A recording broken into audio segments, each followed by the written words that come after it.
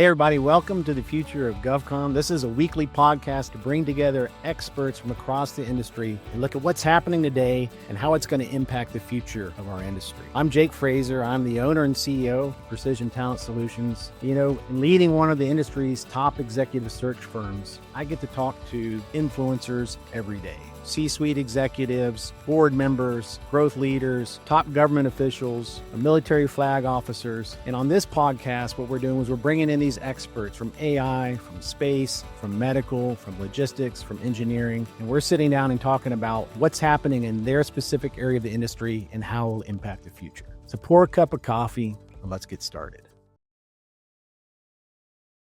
Hey everybody, it's Jake. Welcome back for another episode, and this is a bonus episode of the Future of GovCon.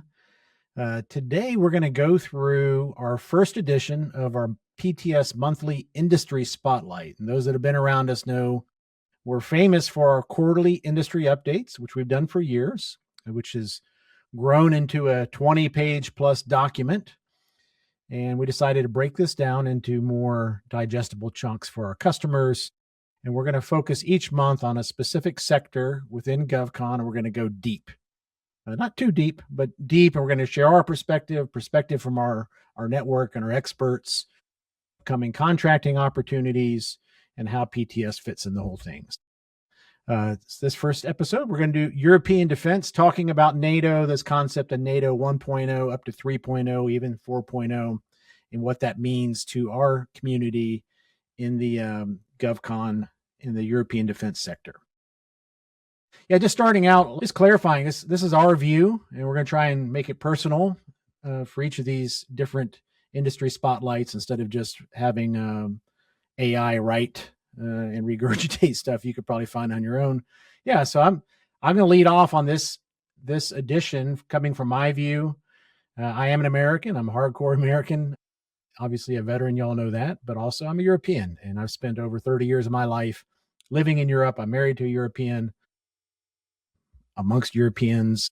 So I've also adapted a bit of the European mindset. So for me, you're getting a real kind of transatlantic American and European view. And so we'll talk a little bit about that view, and let's talk about this NATO 1.0 through NATO 3.0. If you caught our episode, I can't remember when it was, we had General Adrian Reilly on. Check that podcast. We came up with on the podcast this idea of NATO, where we are in NATO 3.0. There's a great article that did come out a couple weeks later where Undersecretary of War Colby published basically the government's view specifically of NATO 3.0. So you can hear it kind of from his view, but this is our view. Yeah, so breaking it down, NATO 1.0, that was my dad's NATO. My dad was a Cold War warrior, spent his time watching the Fulda Gap, the Meiningen Gap. NATO at that time was a smaller, very focused alliance, had not expanded its membership, and had a very well-defined mission, which is, prepare for any kind of aggressive activity coming from the Warsaw Pact, from the Soviet Union. So that was my dad's NATO, and that's NATO 1.0, and that went up until the fall of the Berlin Wall and the collapse of the Soviet Union in the early 90s, and that kicked in NATO 2.0. NATO kind of lost its mission, and NATO 2.0 was my NATO. The mission no longer was containing the Russians. The mission expanded into what we call over the horizon, out of theater deployments. The first one of significance was to IFOR, to Bosnia, where I was, and had nothing to do with the Russians. Well, in fact, there's a picture of me doing a joint patrol with the Russians in Bosnia. So actually we had the Russians up in our tanks taking pictures because we were partners here in the mid-90s. And that NATO 2.0 continued on, after 9/11, the global war on terror, Iraq, Afghanistan, some of the anti-piracy stuff happening around Africa. These all became NATO missions, but they weren't necessarily back home in Europe. And so NATO had a more of an expeditionary disposition. There may have been an assumption, right or wrong, that while NATO countries were contributing to missions like ISAF in Afghanistan, that U.S. was guaranteeing security back in Europe. But one thing was for sure is the Europeans were not investing in their European defense posture. And that's quite some time. They call it the peace dividend. And, Europeans, in my opinion, they're a bit at fault, but I think there's also a bit of a handshake that as long as the Europeans would go shoulder to shoulder with the Americans on their expeditions, that the Americans would provide the security back in Europe. That all changed. It changed in 2014 with Crimea, but it really changed in 2022 with Russia's full-scale invasion of Ukraine. And this kicks in the journey towards NATO 3.0. And NATO 3.0, I think, we're somewhere in that journey between 2.0 and 3.0. And this goes towards a different mission. We're back to NATO 1.0 mission. It's a bigger alliance with the High North being brought in, with the urgency of Ukraine going on for over 4 years now. The journey towards NATO 3.0 and NATO 3.0, in my mind, is where Europeans are mostly self-sufficient and have upped their defense spending. They got the 5% of GDP that came out of the Washington summit, and NATO is self-sufficient, but continues to have the U.S. backstop. And you can see this is a great, if you haven't pulled it down yet, there is the Secretary General put out the annual report for NATO, and this is a chart where you can see the blue is the United States contribution to NATO, and the white is the NATO, Europe, and Canada. So you can see how the proportions are growing now, with more contributions coming from Canada and from Europe. And so, I think we're somewhere between NATO 2.0 and NATO 3.0. It's a bit of a perilous time because Europe is not ready to stand on its own yet. And yet there's some urgency for them to be able to do so. And so from a European defense base, this is going to create a lot of opportunities, in our opinion. So you get my opinion. There's some opinions of experts. If you haven't seen it on our podcast, The Future of GovCon, we've had a couple of very well-informed folks that have been able to weigh in on this. One was General Adrian Reilly, who just retired out of the UK MOD. He's one of our precision experts. He was the lead on all things Ukraine for the UK MOD. And so if you wanted to check out the podcast, you can go on and basically Adrian's going to talk about on that podcast about the recapitalization of the European defense base and a lot of lessons learned coming out of Ukraine that should be guiding those investments, the types of technologies, dual use innovations that we need to be looking at, the need for a service-based industry, not just product. And so his view is that we're kind of at a historic moment from a European defense industrial-based perspective, where there's massive investments coming. There's not enough capacity in the market. And so if you're in this industry, if you're on the other side of the Atlantic, there will be euros flowing. If you're on the European side and you're looking for know-how, it's a good time to tap into a lot of the lessons learned that the U.S. has had over the last 30 years. The next expert we had was Matt Van Wagenen. Now, Matt is a former cavalry guy. Of European investment. He talks about the renaissance of the European defense base that's ongoing right now. Matt was the 3 at SHAPE and had his finger in very much everything to do with Ukraine, the reaction to the Russians, basically building out the capabilities from NATO. He talks about the challenges, the bottleneck being procurement reform in Europe, the need to have kind of a centralized European innovation hub, kind of like we have Austin down around Forcecom, former Forcecom.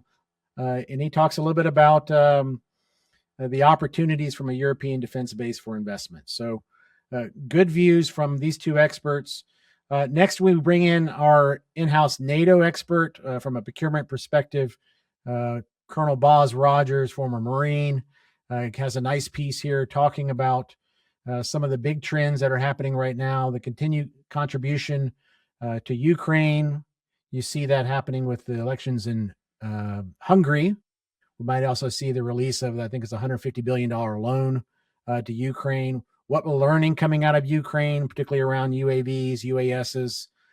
This is an interesting point he brings up, talking about the U.S. giving up some command posts within NATO.